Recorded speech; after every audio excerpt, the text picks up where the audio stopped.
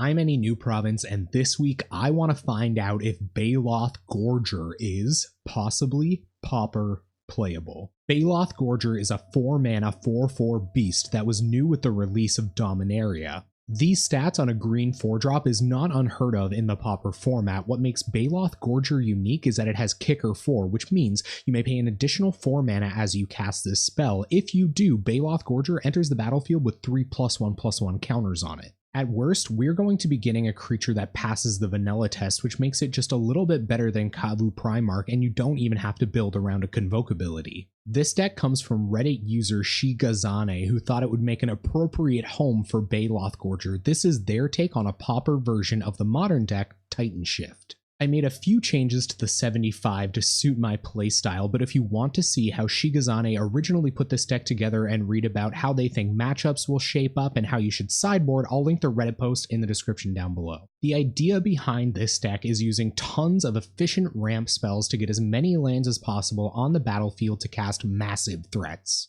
I'm going to start the deck tech off with our favorite threat, and the reason I'm calling this deck Auroch Shift. Auroch's Herd costs 5 and a green for a 4/4 with trample, and when it enters the battlefield, you may search your library for an Auroch's card, reveal it, and put it into your hand.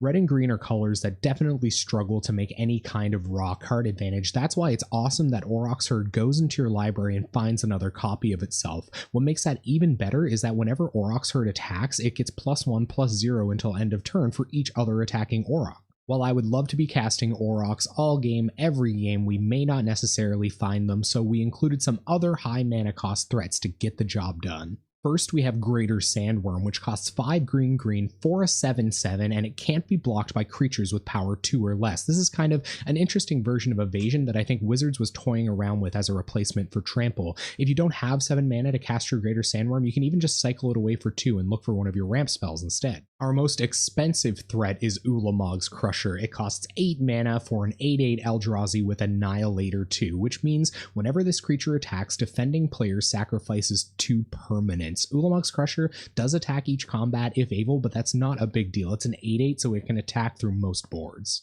I'm happy to have at least one copy of Ulamog's Crusher in our deck, especially for when games go late. Some decks can't afford to be sacrificing a creature or a land every turn, and more than that, Ulamog's Crusher is just going to crush in for 8 damage every turn until they're dead. Our last ramp payoff isn't a creature, but it's just as potent as one, if not more so. It's Rolling Thunder. It costs X red, and it deals X damage divided as you choose among any number of targets at sorcery speed.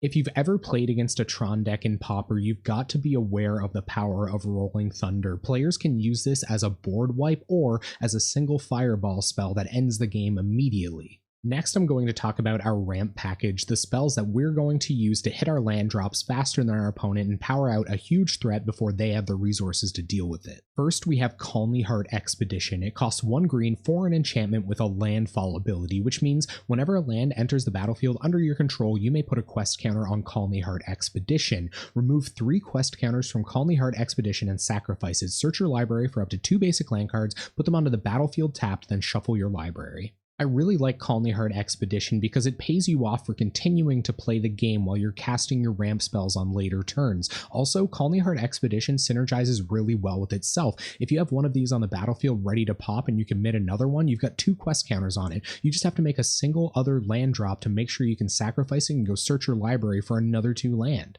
Next, we have Sakura Tribe Elder, probably better known as Steve. It costs 1 and a green for a 1/1 for a Snake Shaman that you can sacrifice to search your library for a land card and put it onto the battlefield tapped. Steve is one of the best ramp spells available in any format. The reason it's so good is because you can put it in front of one of your opponent's creatures before you sacrifice it to search for a land. That means whatever damage that creature's trying to do will be prevented. Our last bit of ramp is a playset of Search for Tomorrow. It costs 2 and a green for a sorcery that lets you search your library for a land and put it onto the battlefield untapped. That wouldn't be super great, but it does have Suspend 2.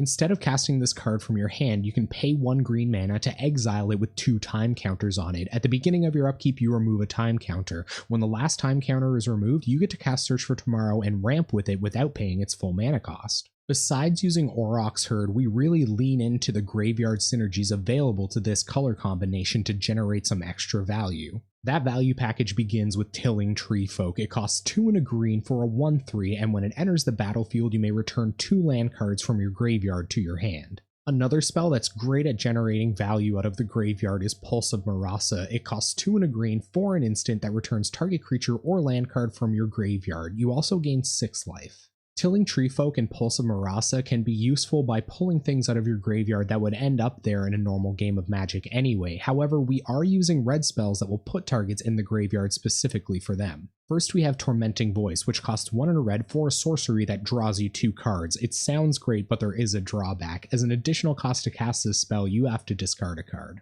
We're also playing Faithless Looting, which costs 1 red for a sorcery that draws you 2 cards and lets you discard 2 cards. You can also flash it back out of your graveyard for 2 and a red, which means you can cast this card from your graveyard for its flashback cost. You exile it afterwards. These looting and rummage effects really help the ramp strategy smooth itself out. We might draw the wrong half of our deck, and these cards will allow us to find exactly what we need at the right time. Meanwhile, our Tilling Treefolk and Pulse of Marasa can make sure we have enough cards in our hand at all times to ship away to our looting. We're also running a little bit of interaction. Most of the time, we want to interact with our opponents by running over their creatures, but sometimes we're going to have to go straight to their faces. We have 2 copies of Lightning Bolt, which costs 1 red and deals 3 damage to any target. The only reason I didn't max out on Lightning Bolt is because we can potentially do a little bit more damage with this other spell that synergizes well with our graveyard. It's called Firebolt, and it costs 1 red for a sorcery that deals 2 damage to any target. You can also flash it back out of your graveyard for 4 and a red.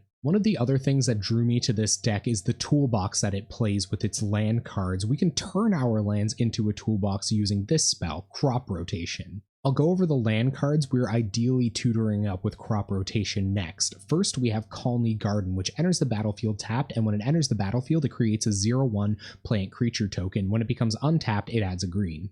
Colony Garden is great for soaking up edict effects. Even if our opponent is casting one at instant speed, we can still use Crop Rotation to go get a plant token right on time.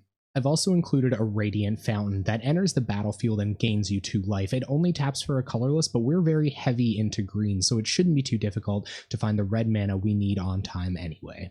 We have Sajiri Step, which adds white mana even though we don't have any white spells in the deck. This is for protecting our creatures from removal. It does that by entering the battlefield and giving target creature you control protection from the color of your choice until end of turn.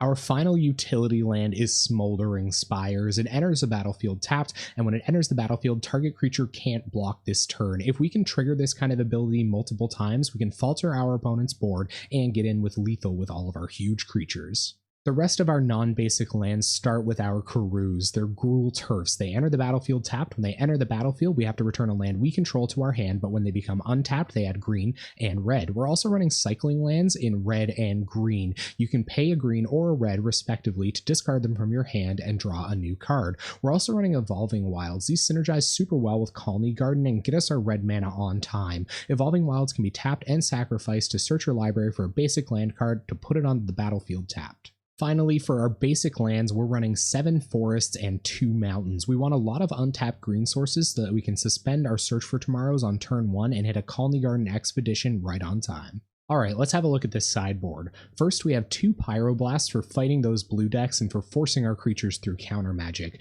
We have 1 Wicker Bough Elder for destroying all of our opponent's enchantments and artifacts. We have 2 Nylea's Disciples for gaining us a ton of life if we have a Baloth Gorger on board. We have 2 Relic of Progenitus for controlling any other slow deck's graveyard. We have 2 Penumbra Spiders to eat our opponent's edicts. We have 2 Gorilla Shamans for blowing up all of Affinity's lands. We have a number of Wraths starting with Swirling Sandstorm, Electricity, and another Rolling Thunder to pick everything off. Finally, we have a single Fog for those hyper-aggressive decks in Moment's Peace. We can cast this a couple of times as we attack for lethal with our huge creatures. And there you have it, Auroch Shift by Shigazane. We're going to take this deck live into a league at twitch.tv/AnyNewProvince this Tuesday night at 7 p.m. Atlantic Time. We're there every Tuesday night playing possibly Pauper playable decks. Before I go, I just want to remind you that you can like the video or subscribe to the channel down below. I'd seriously appreciate it. It's a great way to let me know you've enjoyed everything, and it really encourages me to keep making great Pauper content. Thank you so much for watching. I hope you enjoyed this deck tech, and hopefully I'll see you on Tuesday night.